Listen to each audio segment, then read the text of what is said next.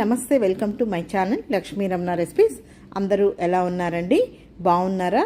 ఈరోజు రెసిపీ అయితే చాలా అంటే చాలా టేస్టీగా ఉంటుందండి. ఈరోజు రెసిపీ వచ్చేసి మంచి రుచికరమైన కమ్మని కారపొడి అండి. అదేంటంటే పప్పుల పొడి అండి. వేడి అన్నంలో ఈ విధంగా పప్పుల పొడి చేసేసుకొని కొంచెం నెయ్యి వేసుకొని తింటే సూపర్ టేస్టీగా ఉంటుందండి.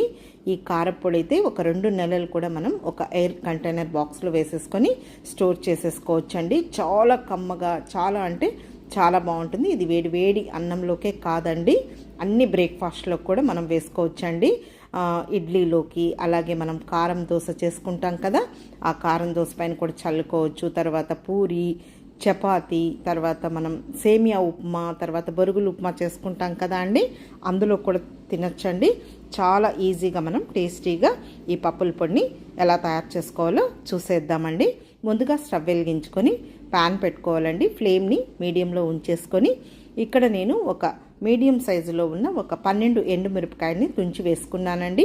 అలాగే ఫ్రెష్గా ఉన్న కరివేపాకు అండి. కరివేపాకును కడిగి ఆరబెట్టుకోవాలి. ఒక గుప్పెడు పచ్చి కరివేపాకు వేసేసుకోవాలండి. పచ్చి కరివేపాకు అయితే చాలా బాగుంటుందన్నమాట. లేనప్పుడు ఇంకా ఎండు కరివేపాకు కూడా వేసేసుకోవచ్చు.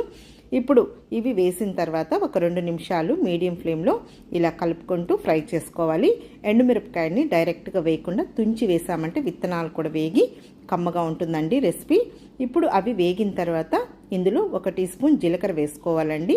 ఈ జీలకర్ర మనం హై ఫ్లేమ్ పెట్టకుండా మీడియం ఫ్లేమ్లో 1 నిమిషం ఇలా కలుపుకుంటూ ఫ్రై చేసుకోవాలి. ఎండుమిరపకాయలు, కరివేపాకు వేగిన తర్వాత జీలకర్ర వేసుకోవాలి. ఇప్పుడు ఇవన్నీ వేగిన తర్వాత ఇది ఎండు కొబ్బరి అండి, పచ్చి కొబ్బరి కాదు. నేను ఇంట్లోనే ప్రిపేర్ చేసుకుంటానండి.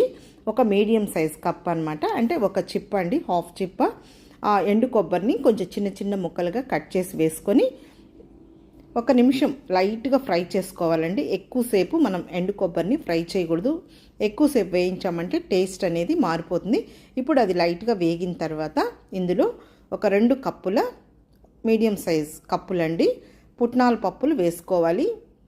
జస్ట్ ఈ పుట్నాల పప్పుల్ని వేసిన తర్వాత ఒకసారి ఊరికే లైట్గా ఆ వేడి తగిలేటట్టు మనం కలుపుకోవాలండి.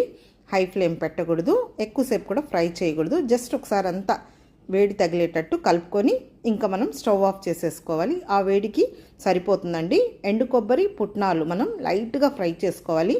ఎక్కువసేపు ఫ్రై చేసామంటే పొడి అనేది మనకు టేస్ట్ అనేది బాగుండదండి. ఇప్పుడు స్టవ్ ఆఫ్ చేసుకున్న తర్వాత ఒక 5 నిమిషాలు పక్కన పెట్టేసేయాలండి. ఫ్యాన్ గాలికి బాగా పూర్తిగా చల్లారిన తర్వాత ఒక మిక్సీ జార్లోకి తీసేసుకోవాలండి. మీకు రోల్ అవైలబుల్ ఉంటే రోట్లో కూడా ఈ పొడిని దంచుకోవచ్చండి. ఇప్పుడు ఇవంతా కూడా వేసేసుకోవాలి. ఇప్పుడు రుచికి సరిపడా రాళ్ళుప్పు, మనం ఉప్పు అనేది చూసి వేసుకోవాలండి. ఇలా పొళ్ళల్లో కొద్దిగా ఉప్పు ఎక్కువైనా కూడా బాగుండదండి, కాబట్టి తక్కువైతే మళ్ళీ మనం సాల్ట్ కలుపుకోవచ్చు. జస్ట్ ఒకసారి నిలుపుకుంటూ గ్రైండ్ చేసుకున్న తర్వాత మరీ మెత్తగా నున్నగా వేయకుండా చూడండి, చూపించిన విధంగా ఉండాలి. ఇప్పుడు చివరగా ఒక 2 మీడియం సైజులో ఉన్న వెల్లుల్లి అండి, వాటికి లైట్గా పొట్టు తీసేసుకొని కొంచెం కచ్చాపచ్చగా దంచి జస్ట్ ఒకసారి మిక్సీ పట్టేసుకోవాలి. డైరెక్ట్గా వేసామంటే ఒక్కొక్కసారి మెదగదు. అంతే అండి, ఇంకా మనకు పప్పుల పొడి రెడీ అయిపోయింది. కొంచెం వెల్లుల్లి అనేది ఎక్కువగా వేసుకుంటే ఇలాంటి పొళ్ళల్లో మనకు టేస్ట్ అనేది చాలా బాగుంటుంది, పైగా కమ్మగా కూడా ఉంటుంది. ఇప్పుడు ఒక ఎయిర్ కంటైనర్ బాక్స్లో వేసేసుకొని మనం స్టోర్ చేసుకోవచ్చండి. ఈ విధంగా చేసేసుకొని వేడి రైస్లో కొద్దిగా నెయ్యి వేసుకొని తినచ్చు. చెప్పాను కదా అండి, సేమియా ఉప్మా, ఇడ్లీ, దోశ, పూరి, చపాతి ఎందులోకైనా చాలా బాగుంటుంది. బొరుగులు ఉప్మా చేసుకుంటాం కదా, అందులో కూడా మనం మిక్స్ చేసుకొని తినచ్చండి. కాబట్టి చూసారు కదా అండి, ఈరోజు నేనైతే ఈ పప్పుల పొడిని ఎలా ప్రిపేర్ చేశాను. కాబట్టి మీరు కూడా ఒకసారి తప్పకుండా ట్రై చేసి రుచి చూడండి. మళ్ళీ ఎలా వచ్చిందో కామెంట్ చేయండి. ఈ వీడియో మీకు నచ్చితే లైక్ చేయండి, షేర్ చేయండి. కొత్తగా చూస్తున్న వారైతే నా ఛానల్ని తప్పకుండా సబ్స్క్రైబ్ చేసుకోండి. ఇంకొక మంచి వీడియోతో మళ్ళీ కలుద్దాం. నమస్తే అండి.